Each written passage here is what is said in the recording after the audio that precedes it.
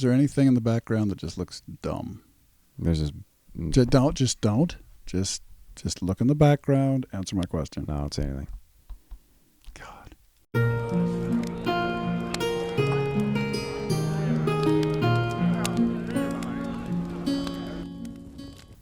Hi, everyone. Welcome back to the Old Warlock. My name's Alex. I'm Jim. More specifically, the Old Warlock Podcast. That's right. You're going to get 2 podcasts in the course of under, 3 months? So, basically because we are just lazy. No. And really. No, let's be honest. It's because we couldn't be bothered to post the previous video for number 3. Yeah, sorry about that. And we're sorry. Yeah. There were extenuating circumstances. My voice sounds a little bit weird this time. Yeah, just this time. My voice sounds a little bit weird this time because I have been under the weather. He's been ill. But I'm on the mend. But I'm saying but a lot. I better stop doing that. But we had to get some things back out. Our subscriber count has been going up. Yep. Really quickly. Yep. And so we really couldn't keep away from making more content because we didn't want to disappoint people. Our status as niche internet micro celebrities has become niche internet micro celebrities. I think that's actually given us a little more credit than we actually deserve. No, I'm going to run with it. It's been cemented even more so. Cemented even. Cemented. Wow. That's right. 1,500. We crossed 1,500 yesterday. Yay, Zachary! If you're editing this, have some streamers go poof, poof. Yeah, things going up, fireworks, yay! Whatever. Yeah, crowd in the background.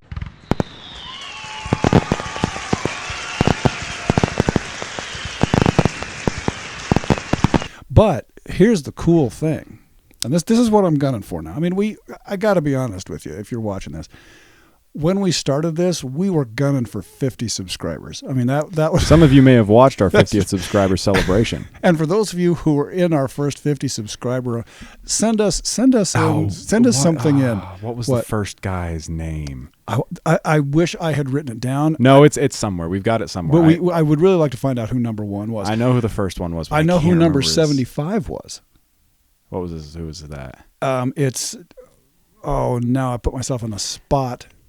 He commented that he was the 75th. He did, and we know you. I know you don't. Yeah, you've commented a few times on things. You have. You've been a good good viewer. You've had a lot of good input, and I'm sorry for forgetting your name at the moment. But I'm going to look it up, and I'm going to put it on the screen before we get done publishing this particular video. Because number 75 was good. But if you were there in the first 50 if you were there in the first 75. Send us something, get in touch with us and say, I was. And he doesn't mean send us a gift in case you're taking that the wrong way. That's not. But just send us an email, or just comment down below, whatever. But the fact that we've made it to 1,500 is we never thought we were going to be here. But where I'm going with this is that if we can get to 2001. We can get a press pass. We don't even need 2001. We just need 2000. Well, I want to make 2001 to make sure it's completely legit. Oh, okay, so we can't in the moment get unsubscribed from. But yeah. So if we can get to 2001 subscribers, we can get a press pass at most conventions and things like that. Well, I'm going to be honest. I don't know about most. I feel like the San Diego Comic-Con, we would not be given a press pass. I'm running with it. I'm running with that. Denver Pop Culture Con. However, 2,000. That's all we need. We need 2,000 on 2 platforms. No, we're out of luck. No, we can do that. Because our Instagram follower count is going up too. That's true. That's up. That's almost a 600 right now. Yeah, it is. I don't know why. Good for us. I really don't know why. In all honesty, I don't know why people are watching what we do. Because it's good. Wholesome family content. I think it's actually because you're making a bunch of fake accounts. Who's Dave White? Who's Dave White 1? Dave White 2? Oh my goodness, it's a whole family. Yeah, he must have been contacting all the Dave Whites in his clan, and they're all subscribing. They're all together. But yeah, so we're back. Okay, so that's actually not true. Today is June 18th. I know that we released a podcast video June 15th. Yes. but we recorded that podcast like in March. 3 months ago. Yeah, it was. So we're embarrassed, and we feel bad for those of you who, again, for whatever reason, are enjoying our content. We haven't been keeping up our end of the bargain, and we're sorry about that. Mm-hmm. Yeah. Yeah. What else has been going on before we dive into the actual subject matter? You know, I have been, during my illness, I had the chance to read a lot of old RPG magazines. You have been doing a lot of that. Yeah, quite a bit. And there's going to be a lot of that in the next couple of podcasts because I found some cool stuff. Yeah, you have found some And I'm interesting going to drag it out. So some of the things that I've been finding were actually, some of the interesting subjects that were being discussed were spread out over a number of magazine editions. So, magazine number 3, 4, and 5 had information all related to one subject. And so I'm going to be doing that over a number of podcasts. Yes. So just kind of introducing it slowly. It's going to be exciting stuff. Well, there's some fun stuff. I really have found some fun stuff. At least I think it is. Yeah. Also, very quickly, before we get into anything else, Greg, I wanted to say... Love you, Greg. I don't love you, Greg. He's kidding. I'm just kidding. I think kidding. it's very kind of you, but I just thought it was funny. The song that got that right there. I loved it. Right I thought it was great. That hurt me, Greg. I thought it was great. Hurt me. Greg sent us something else. Yeah, you told me not to look at it. I don't want you, because he sent this to me, and he sent this to us, and I absolutely loved it, and I want to go over this. Well, let's jump right in. Let me look up this cool stuff that Greg sent. That our lad Greg. And we hope we're not embarrassing you, Greg, and we're not going to give your last name. No, of course. So that you can deny all involvement. That would be irresponsible of us. Yeah. That would make us bad niche internet micro celebrities, which we are not. I think we need to add something else into there, because it can't just be micro niche. What was it again? Niche internet micro celebrities. Niche internet micro celebrities. I think we need to add another descriptor in there. Niche. Small niche internet micro. Tiny. I think tiny niche better. internet micro celebrities. It's us and that one guy. Yeah. That Zachary follows. He talks about retail. Yeah. That's us. That's both of us. Mm-hmm. All right. So, okay, we're jumping right in. Usually we have a lot of directionless banter because that's what we excel at. What? Did I interrupt you? That was jumping right in. Nice. Thanks. I've been at work all day. He has, yeah. He's been slaving away. Me, I'm retired. I did work today. I actually did some physical labor today. Must have taken me 20 minutes. Yeah, good on you. Anyway, usually we have a lot more directionless banter because that's, like I was saying, that's what we excel at. Mm-hmm. At least we think we excel at. We don't excel at much, but directionless banter, we seem to have a handle on that. Oh, yeah. Anyway, we're not going to do any more directionless banter. That's it. We're done. Jump cut. I mean, not ever, but in this particular podcast. In this episode, we're done. Yeah, we've we're only done. it's 9:40, 9:41. So yeah, we're cutting it off. Now, if you are upset by that, let us know, because we can always go back in our next podcast and drop in more give you a full directionless banter, 20 minutes of directionless banter, which we've done before. We can make the whole podcast directionless banter if that's what you guys really want. Yeah, so let us know if you want the directionless banter or not. We want your feedback. Yeah, I mean, this is your show as much as this is ours. a community, okay? So we want to hear what you guys have to say, what your thoughts are. Speaking of which, Greg. So this is what I got from Greg. I got this from him today. Greg K. Hello. I found this link recently and have sent it to my groups as foreshadowing. Thought you might like it as a precursor to the Anvil of Crom, that's great. That was a song we played last time, and it's the one that they are that they're hitting us with a copyright claim on. Yeah, 2 podcasts ago, not last time. Yeah, it was the one ago. before. Right. Go back and listen to it. Great song. Anyway, I love this. This is the innocent phrases generator to terrorize your players. Okay. Oh, God. Now, see, I mean, all of us, I'm sure most of you know, we all know around here that there are a lot of generator apps or websites online. Some of which are actually pretty good. I wrote a blog post about it in like 2019 if you guys want to go check that out. Yeah. I mean, and there's things like, tavern names. Yeah. Or warrior names or names for a sword. I mean, you can find village names. You can find just about anything. Yeah. I love this one because this is, like I said, this is innocent phrases generator to terrorize your players. Mm-hmm. Now, this was not something this was not made by Greg, and he's not claiming that it was his. But let's go to this, and then someone else. I want to say, we're going to put the link to this in the description of this video because I think you might enjoy it.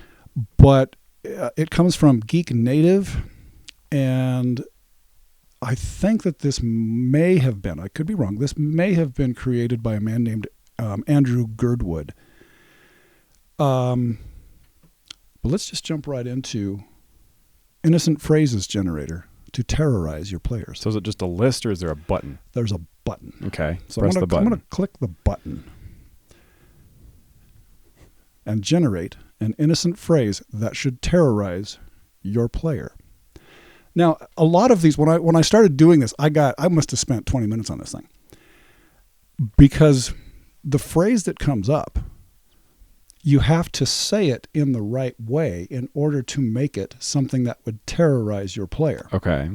So the first one that comes up is, it doesn't seem to do anything. Now, as the DM, that's okay. Innocent phrase. Yeah. It depends on how you say it.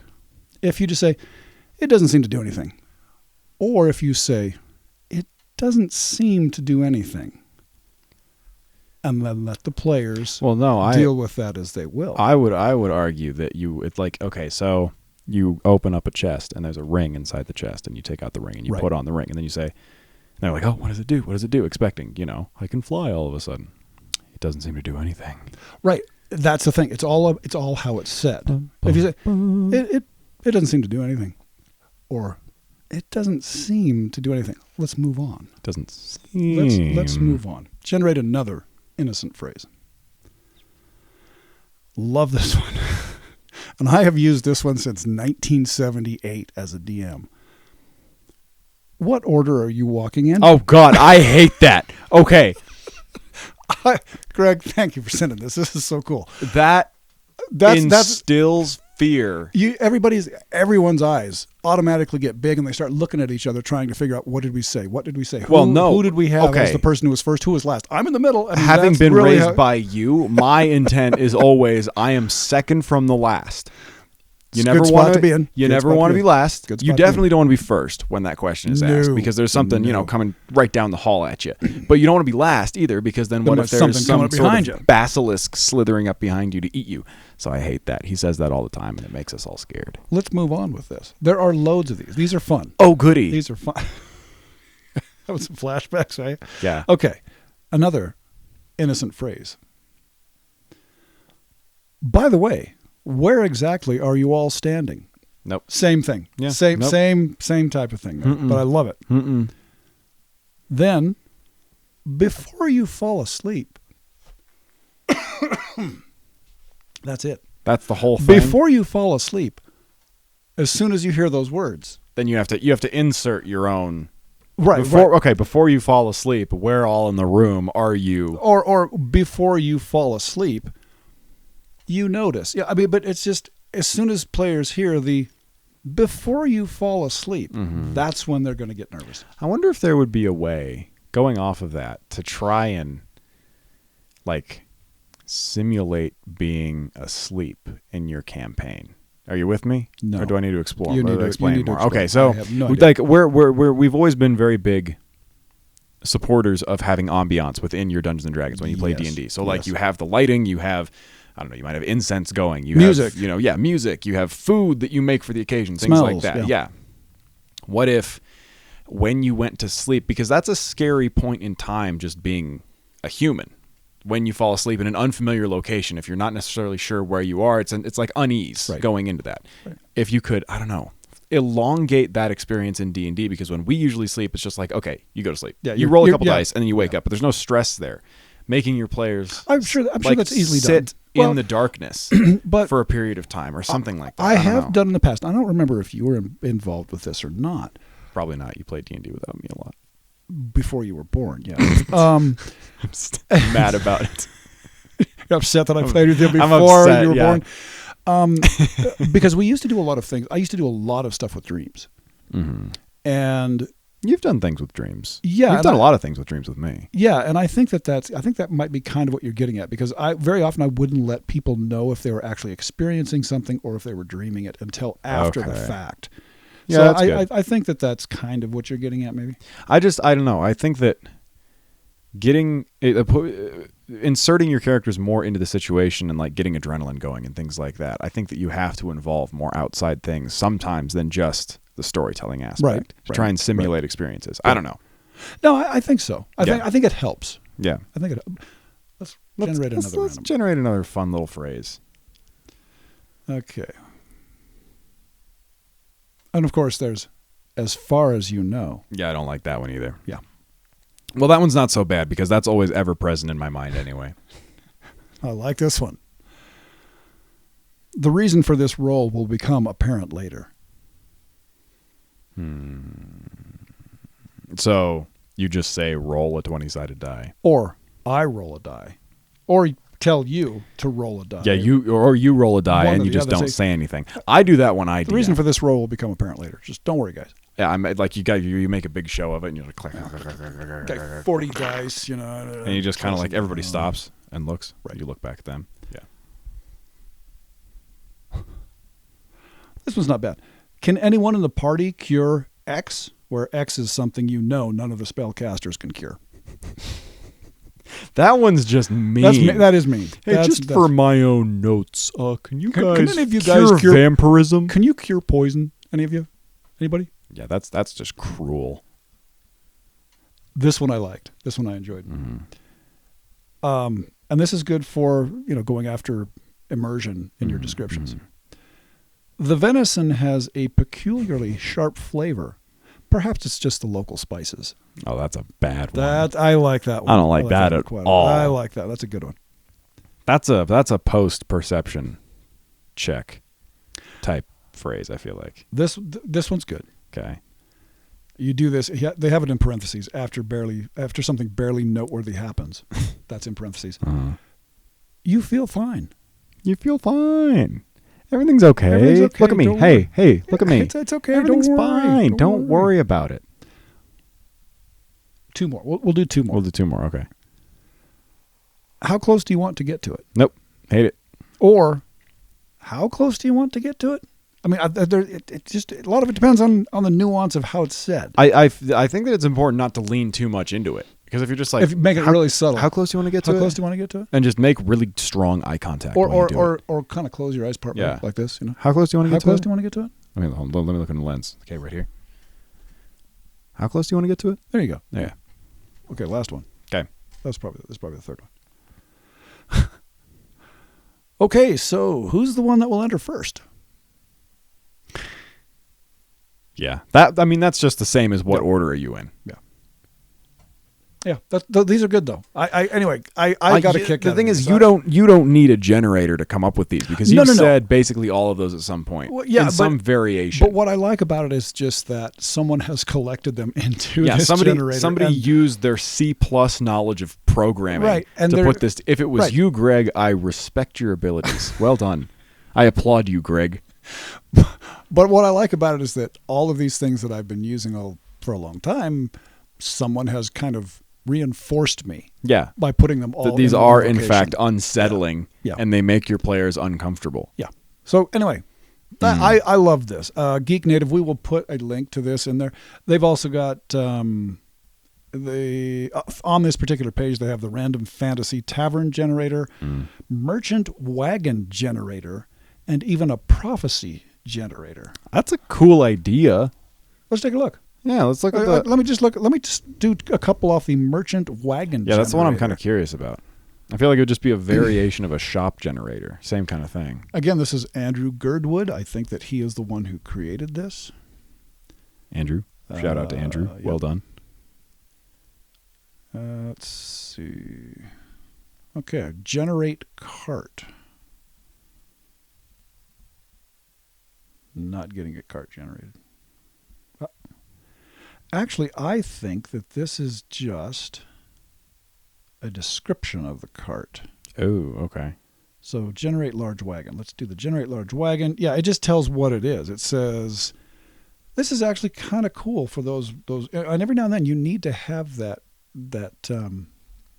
quick reaction, when people ask those questions, you go, okay, you're in the library. What books do I see? You know that you went through the Madeline Hale book, and she had a whole bunch of stuff about random book generators. Yeah. This is the same kind of thing, and this is actually pretty cool. The wagon is, okay, so I just generated a large wagon. The wagon is pulled by 3 draft horses, and the merchant has 6 spare with them. This is a wagon mainly carrying a range of common preserved foods and with some condiments and spices too. 3 52-pound pots of figs gives the value. 4 40-pound jars of marmalade, 16 gold pieces. 5 28-pound tubes of marmalade. Let's say 4 40-pound jars of marmalade. It did. 4 40-pound jars of marmalade. So actually, excuse me, there's quite a bit in here. So yeah, that's kind of a cool thing. That is neat. I like that one.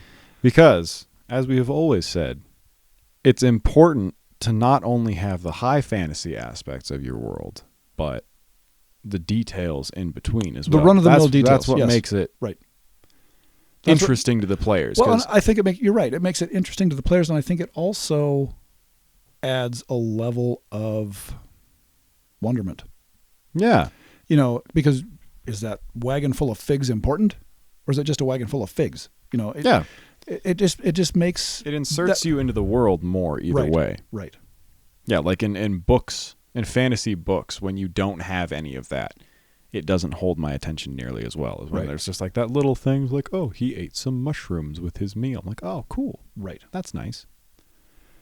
All right, I'm going to quickly do a couple of the prophecies. I'm intrigued to see how these are going to turn out. I'm not seeing it. Where is it? Where is it?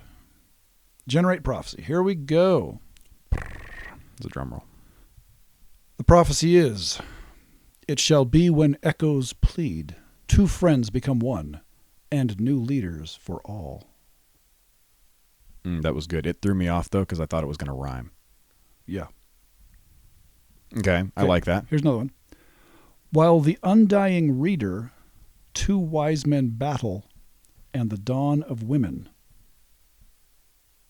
That one I'm not seeing that one.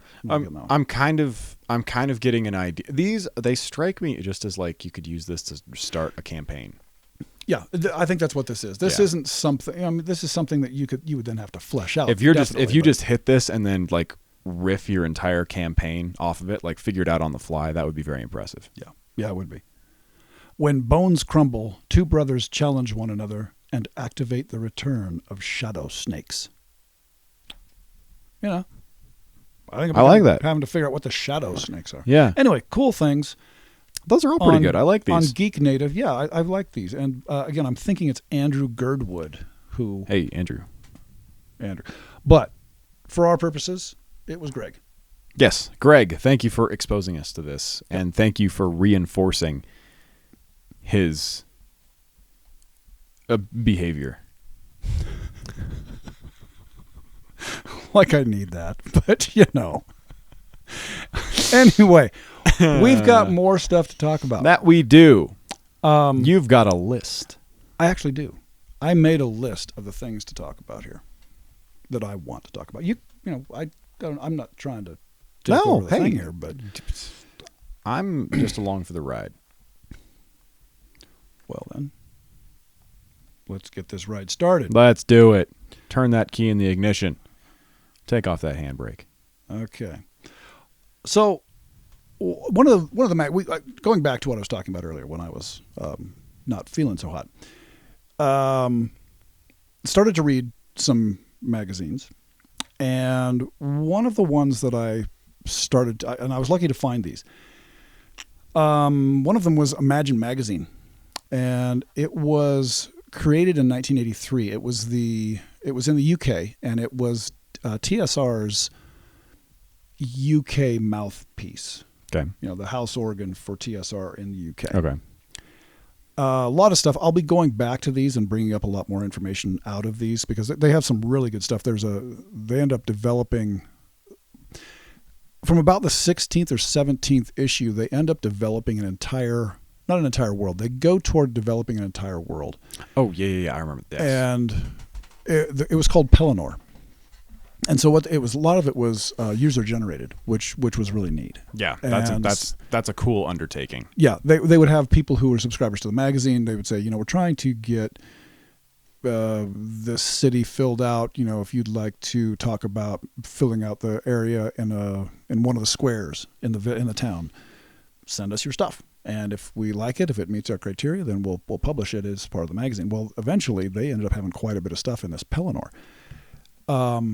I haven't gone through all of it, but there are a number of things that I've already lifted out of it just to flesh out a new area in my world. That's what you're saying, yeah. Well, and for a long time, I was really against using pre-made stuff. Vehemently. Yeah, I really was like, no, if you're going to do this. But at my age, I look at my world and think, wow, there's a lot of stuff that I am not going to live long enough to flesh out. So if I come across something that's really good, mm-hmm. I'm now starting to pick up more of these things and dropping them in. Now, I tailor them completely to fit my campaign. Yeah. But at the same time, if somebody did, especially if they did the heavy lifting back in 1980, I'm putting it in there just for nostalgia's sake and just for the sake of history. Yeah, because, don't every one of the original supplements that were released, like those original campains from like AD&D, you know what I'm talking about, those original ones. Like Greyhawk haven't you dropped most of those in somewhere? You're talking about the modules. Yeah, the modules. The ones that I could get my hands on, I have dropped a lot. I mean, some of them simply don't work. They just, I've read through them and thought, no, this is not something that's it's not going to have the feel that I need to have in my world. But actually quite a few of them, I have been. Especially some of the ones that are culturally specific. And by saying that, I mean that, there's some that are developed around almost like an Egyptian. Yeah, like a setting specific thing that you can put in somewhere. Right, someplace that I haven't already fleshed out myself. Those are the kinds of things that I've been more inclined to do. If it's just a adventure through a castle on a hill, I've done those. I've got 50 of those myself. Yeah. So I'm not going to use those. But if it's something where people are going through in fact, some of the slave lord ones. Yes. I've taken some of those and dropped them in. Yeah. Against the slave lords. Yes. So I've picked those up and dropped them in. Okay, yeah. With a lot of tailoring to fit the narrative that I have in that particular part of my world. Mm-hmm. But anyway, be that as it may, Imagine Magazine came up with. What you doing? That's not a shadow. Oh, sorry. We've got a little. This is the first time we've used a little. Like, what would the term be? Screen. There's a word for it. Video screen. I swear to God. Anyway, basically what he's trying to say is Zachary, our videographer, turned the screen around so we could see ourselves as we're doing the podcast. It's throwing me off. It's messing him up. He thinks there's somebody else over there. He looks so much like me. Yeah. It's freaking me out. It scares me sometimes the way Anyway, Imagine Magazine. Like I said, this was TSR's House Organ. House Organ. I want to say that it came out about 1983. But I wanted to talk. I came across a couple of really cool things, and we'll be going more into Imagine Magazine in future podcasts. But I wanted to just touch on something that I thought was really awesome, and it was a couple of monsters that I pulled out of Imagine Magazine. And one of them is called the Canopic Shade. Now, for those of you who are into Egyptian, an archaeologist. That's a whole topic for another time. Yeah. I'm a former archaeologist, historian. Archaeology is so much better than history. And he is so wrong when he says that, but we can talk about that another time. We'll discuss that another time. Anyway, if you're into Egyptology, you will know that canopic jars held, when a mummy was made, the canopic jars held lungs, a lot of different things. Yeah. Different parts of the body that they didn't leave in the body before they did the mummification. Well, they have one of the monsters that I found in the Imagine Magazine in Imagine Magazine is the Canopic Shade. So let's read through this. Frequency, rare. Armor class, not applicable. And again, this is all AD&D stuff. Movement, instantaneous, up to 10 feet. Wow. Hit dice, 1 + 6. Special defenses, special attacks, all C below, etc., etc. Now, let's read the description. These non-corporeal entities may be thought of as fragments of an undead creature. They are created when the brain and heart of a corpse are removed to be interred separately in containers known as canopic jars. Any undead creature which arises from this corpse will be sundered into 3 parts. The first one will be the The first will be one of the usual kinds of undead. This will develop from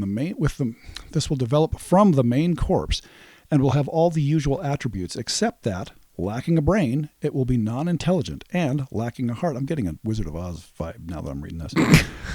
It will be non-intelligent, and lacking a heart will be fearless, even to the extent of being resistant to the turning effects of clerics. Like that. Ooh, I don't like that. Clerics and paladins affect them as if they were 3 levels below their actual level. Therefore, clerics of levels 1 through 3 cannot affect this type of undead. Wow, okay. The other 2 fragments, which arise from the brain and heart, are known as canopic shades. These shades are quite separate from the main undead and remain inside their canopic jars until a living being comes within 10 feet. When this occurs, the shade will move instantaneously from the jar into the creature's body and there try to fulfill its one desire, to become free of the earthly plane by killing the creature and finding its eternal rest along with it. Wait, okay. I think I need an explanation. It leaves the jar and attempts to possess, basically, its original body? No. Or the host? The person who just happen to blindly walk into the tomb. So they so would be possessed. To put it in a way that you can understand it, Alexander's character walks into the tomb, gets too close to the canopic jar, canopic shade inhabits Alexander's body, and then the canopic shade tries to get Alexander to die so that the canopic shade can die as well. I really like that. It's very creative, and that's a really cool monster. I really thought this was neat. No, that is neat. And I there could be something somewhere. I looked around trying to find other things because I'm always... And we're gonna relook at the Fiend Folio, the AD&D Fiend Folio at some point, because I've been finding out some interesting bits of history about that. And I thought after I was reading this, I thought, wait a minute, I think that's in the Fiend Folio. It's not. But now you know the Canopic Shade exists in my world. I'm staying away from the desert. Well, let's go on. Let's continue here. Yeah, let's keep piling on. Yeah, let's pile on. The ability of a character to resist the attack depends on depends on 2 of its ability scores: intelligence and wisdom in the case of a shade which arises from the brain, and strength and constitution in the case of a shade which arises from the heart. Makes sense. Okay. Switch over here to the other side. The only thing which can prevent a canopic shade from entering a character is a protection from evil spell. Failing this, the shade will automatically gain entry and begin to attack the creature from within. Each round that the shade is within the character, the DM should subtract D8 times D6 from the current total of the character's 2 appropriate ability scores and apply the results below. Whoa, wait. Did you just say D8 times D6? Yes. So, hypothetically, I'm going to use my math skills here. You could take away 48 points in an ability score. No. There's a chart you go off of. That's just generating a chart. Ooh, okay. Yeah. I was going to say it's not going to hit you for 48 points damage. No. No, I can see how you made that mistake. But yeah, that's not what this is. So if the result is 0 to 35, the shade takes 1 point of damage, and then you can also have the character losing 4 points of damage temporarily from one randomly determined ability score. Wow. So it's not hit points. Yeah. And then for generating another number, the character loses 1 point permanently from a randomly determined ability score. If any of the character's ability scores fall below 3, it will be fatal. If the victim dies, the shade will pass away with it and will not attack any other character. Wow. Canopic shades will always attack until destroyed. or until the victim dies. Wow. I like that. It's very creative. It's a cool and I thing. like the creative aspect of it. But you don't like the fact that you may have to come up against Yeah, that's the only thing I don't like, but I really like the idea of it. Yeah, and I mean, I just think that they took a kind of a neat, actual historic thing. Yes. And turned it into a really cool monster for AD&D. Yeah, and I will say, hold on. Look at me for a second. I feel like, this being on YouTube, there may be some people who are going to say, but they didn't put the brain in Canopic jars. Yeah. And we get that. Yeah, willing suspension of disbelief. Yeah, just assume that in the AD&D campaign that they did. They did, because this is in Egypt. This is different. Yeah, it's someplace else. Yeah. But you would be correct by saying that the brain was not put in a Canopic jar. Yeah. But anyway, the next one is the Birch Tree Spirit. Okay. And I believe that in Gaelic it's called Tirnanog. Cool. Number appearing 1, very rare. Okay. Armor class 1 or 7. Hit dice 5+1. Just 1 or 7. Just 1 or 7. Okay. It's one or the other. Damage per attack, 1 hit point. Special attacks, insanity. Oh, God. Special defenses, spell and weapon immunity. Yes, exactly. So let's read a little bit more about the Birch Tree Spirit. Love this thing. A birch tree. Excuse me. A birch tree spirit appears as an amorphous white cloud, smelling slightly of new green wood. It attacks lovely. Yes, indeed. It attacks with a pseudopod with which it attempts to touch the forehead of a victim. A successful 2-hit roll indicates that it has done so, and the victim must save versus spells or become insane. The victim also develops a white leaf-shaped mark upon his or her forehead. The insanity and the mark persist until the victim receives a remove curse spell. Wow. So, while in cloud form, a birch tree spirit cannot move more than 6 inches away, so 60 yards or 60 feet, from the wooden object tree to which it is bound. It is immune to all spells, has an armor class of 1, and may only be hit by silver or magical weapons. However, it may be turned by a druid. Same way as a cleric. Yeah. The druid is treated as an equivalent level cleric, and the birch tree spirit as the equivalent of a wraith. Jeez. Yeah. If turned, it will return to the object tree to which it is bound. It is then much more vulnerable to attack, etc., etc. Birch tree spirits are bound into the service of druids or magic users specializing in plant craft by either a hold plant or charm plant spell. It will never have any treasure of its own, only what it has been given to watch over. Because they are always guardians, they are never encountered as wandering monsters. Wow. So I just kind of like that. You know, you want to bury a whatever at the base of a tree, and you summon a birch tree spirit to protect it. Not bad. Yeah. No, that's interesting. Makes it really go insane. I was concerned for a moment that no weapons were going to be able to hit it. Oh yeah, that would be bad. That would be really bad. But no, I like that idea. It's something that you wouldn't necessarily think of doing, and you wouldn't be on otherwise. the lookout for it. Yeah, you would. That's something I would never consider. Right. I'm just walking through a lovely little forest. Just kidding. There's a tree wraith that's about to attack me and kill me. Well, you know that I've now got plenty of these. So okay, my forests. Desert out. Can't go to the desert. Forests can't go there either. What are we left with? Buttes. Plains. Yeah, I think plains. Probably. Yeah. Grasslands. Yeah, that's probably where you would be. Yeah, until he opens up the next magazine. That's pretty much it. It's the grass devils. Yes. Swirling grass devils. Yeah.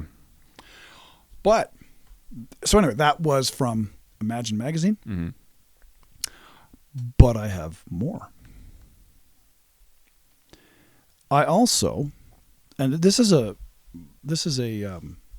magazine that I was lucky to find, and it was put out by Chaosium in 1979. Yes.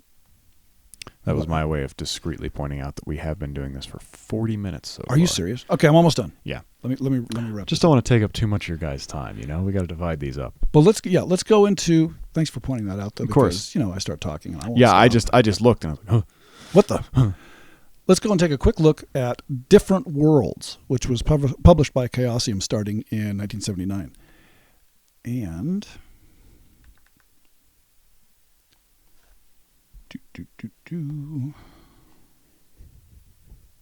And of course, I'm not going to find it as quick as I want it. I thought it'd be really organized by digitizing everything. Here we go. Okay. 2 things that I wanted to talk about in the first issue of Different Worlds. And there were a lot of really interesting things that came out of Different Worlds magazine, and it was out for quite a while. And we'll be coming back to it here in the future. But the 2 things, or the one thing that I wanted to talk about just today, and I'm only going to go over 2 of them, and then we'll talk about the rest of them in the next couple of podcasts. And it was something that was developed by a man named Mike Gunderloy. It's a D&D variant called Specialty Mages. Ooh, okay. And he has what was that? I'm not sure. Oh, well. It's probably a large animal. The specialty mages were actually really cool. He came up with a reason for them to exist, and they specialized in a certain type of magic. And we've kind of come across things like that from David Hargrave.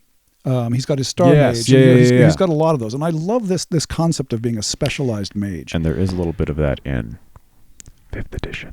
Yes, there is. There is. That's very true. Yeah. So what were the 2 that I want to talk about today, and I'm not going to get into the reasoning for their existence. I might do that next time when we have more time, because I don't want you pointing out what time it is again. Sorry. No. You were right to do that because I'm trying to be a good YouTuber. And you know that I wander off and stroll along my own babbling. Don't we all? Brook. Okay, the first one I'm going to talk about is the Mage of Earth. Mages of Earth. I'm just going to read this real quick. These are the first of all whose mystic side was touched and awakened by the great Earth Mother.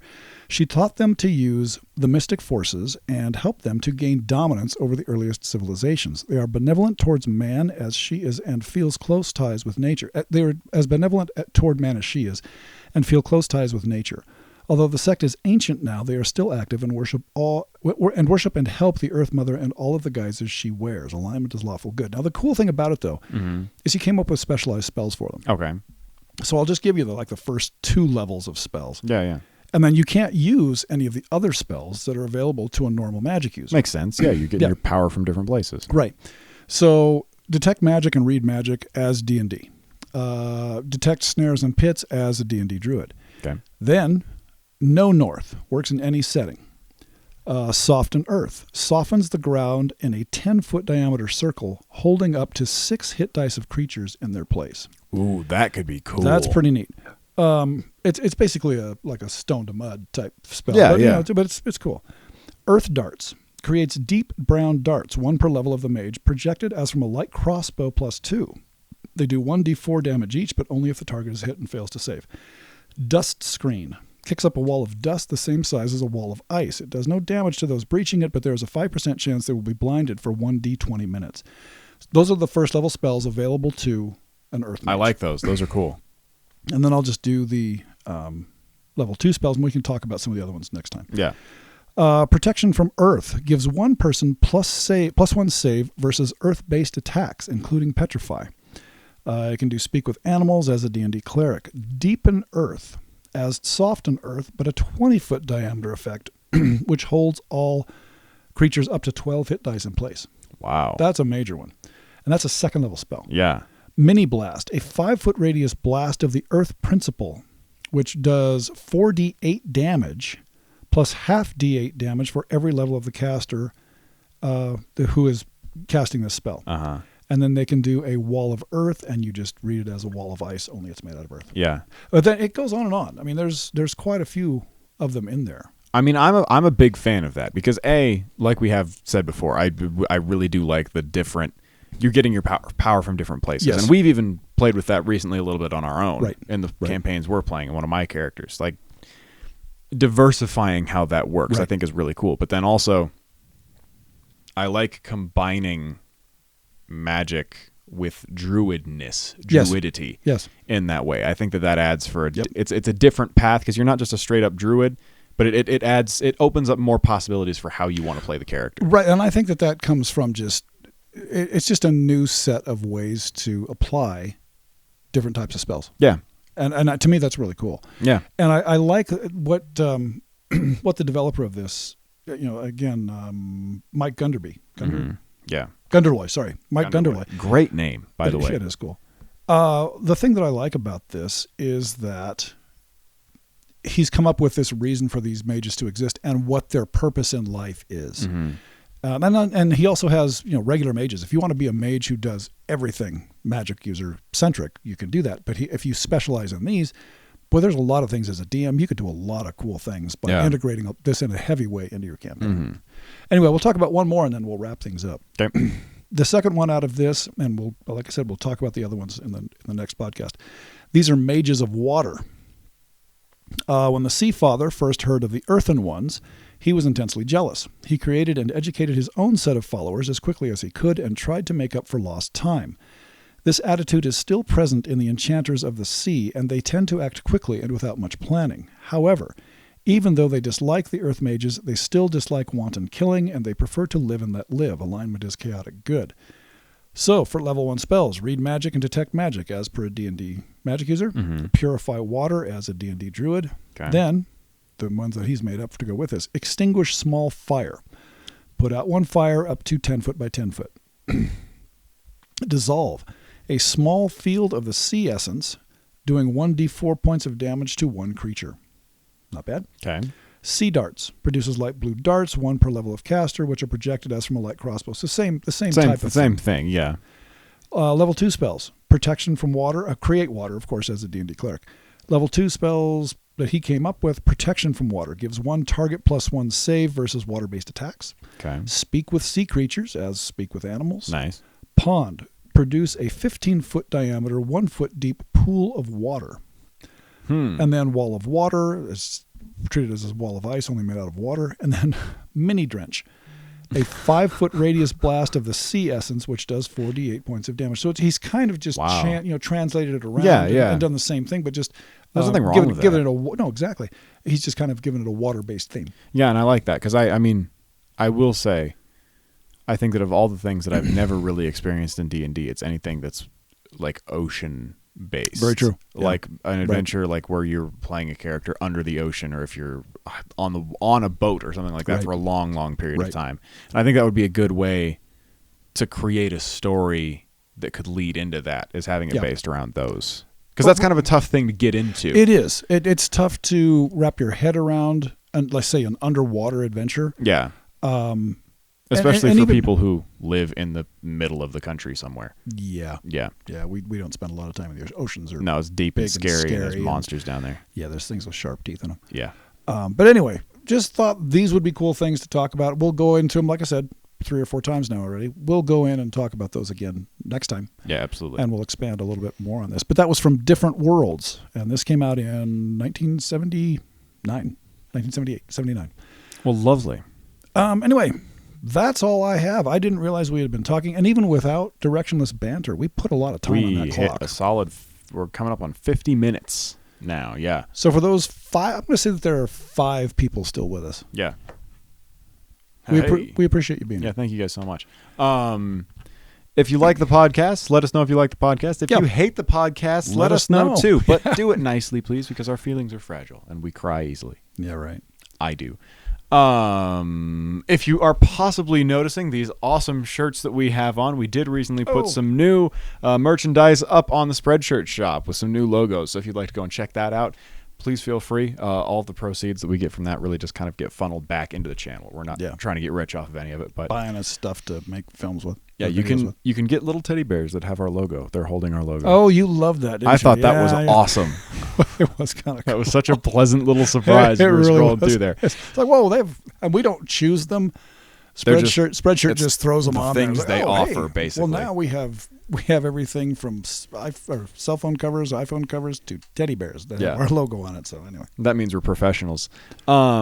We put up some new things. If you've been seeing those comics that Zachary's been drawing with D&D themes, if you've liked those, they're either on our Instagram, and there's a few on the community page for the YouTube channel. And there are some on, we've got some of those on the Spreadshirt as well. So if you want the Mummy Pixie, you can get it on a shirt. Yeah, you can get that on a shirt, a mask, whatever you want to do now. So check that out. We'll put the link down in the description below. Yep. Check out our Instagram page. If you're on Instagram, we've started posting a heck of a lot more on there. I know we haven't been very good at that in the past, but we're getting better at it. So go take a look at that. But yeah, that's about it. I think that's all we've got going. We've got some more things coming up here fairly soon. So check back. Hopefully, and it's not going to be just podcasts. We've got just regular videos coming out too. Yeah. For those of you who sent in a thing saying, gave me a get well wish, I appreciate it. Yes, very good. It was a long illness, but just somebody saying, "Hey, hope you get to feeling better." That's kind of a cool thing to have happen when you're running a YouTube channel, I got to say. Yeah. Anyway, anything else? Nope. So for the one of you still here after our selfish plugs, I guess. Selfish. Yeah, not selfless. Plugs selfish for all of our stuff. Thank you for sticking around. But yeah, thanks for watching. We hope you enjoyed it, and we'll catch you next time. I'm Jim. I'm Alex. Keep your sword on free. Bye-bye.